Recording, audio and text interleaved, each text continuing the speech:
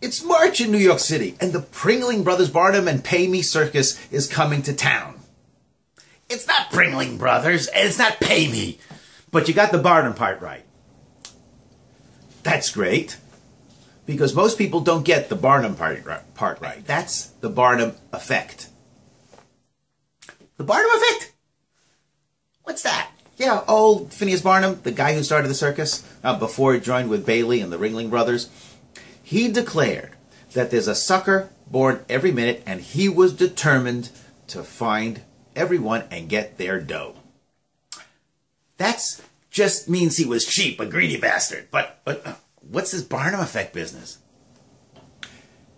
You see, people love to hear good things about themselves.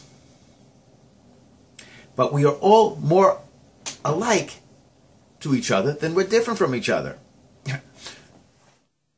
Yeah, love, kumbaya, and all the rest of that. But what does that got to do with it? The Barnum effect is when people read descriptions of themselves and believe it, even when it's not based on anything real.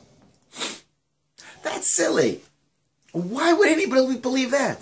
Well, because most people are suckers, according to P.T. Barnum. But let's talk about, according to psychologists, it's because you can be told some general statements about yourself that are true about almost everybody, and then people buy into everything else. So who buys into that? A lot of people. Anybody goes to astrologers, for instance. Fortune cookies work on the same idea. They use the Barnum effect. And there are even mind-reading videos that will teach you on YouTube how to hoodwink people using the Barnum effect. And it can happen even in more rational-sounding conversations. Yeah, like what?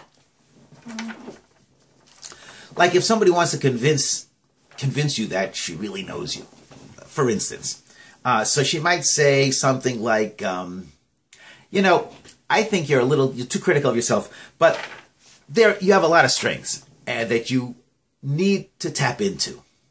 Now, you'll feel great, and you'll impress that she knows you so well. Yeah, because it's true about me. How do you know that? Well, not because I'm you. Because it's true about almost everybody.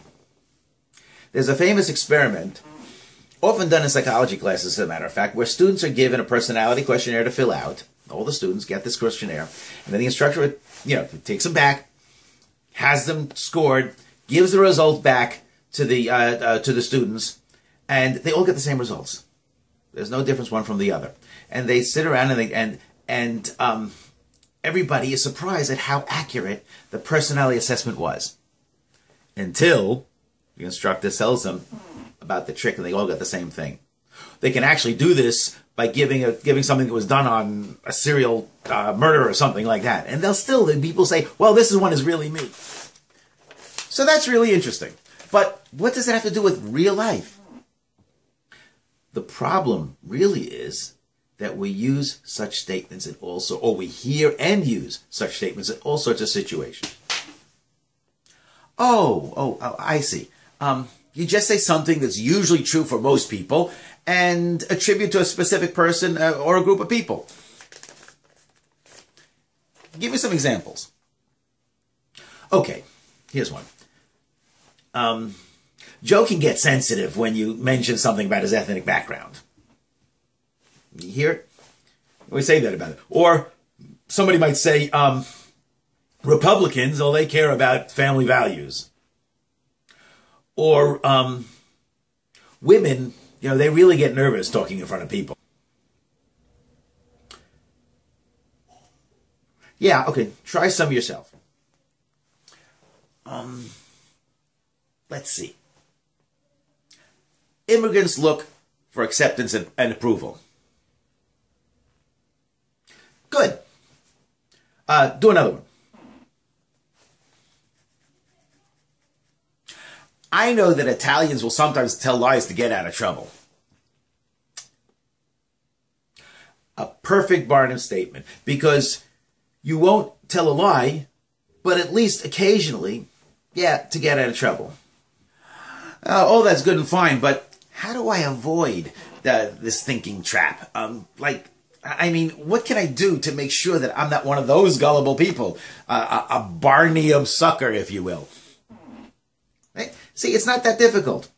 If you hear a statement that's true, for most cases, then really you need to have to ask how it's true for specific cases. You say that's not difficult. I have the foggiest clue what you mean. Come on, explain it. I'll give you some examples. If I say Irish love to drink, hey, but that's true. Well, okay, that's the point. That's what you think of it. You can think it's true, but it's a general statement. It needs to be specified. It needs to be specified.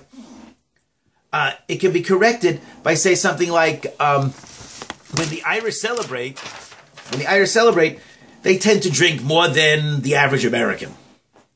Now, notice also that the second statement can be tested and measured and compared. Another one.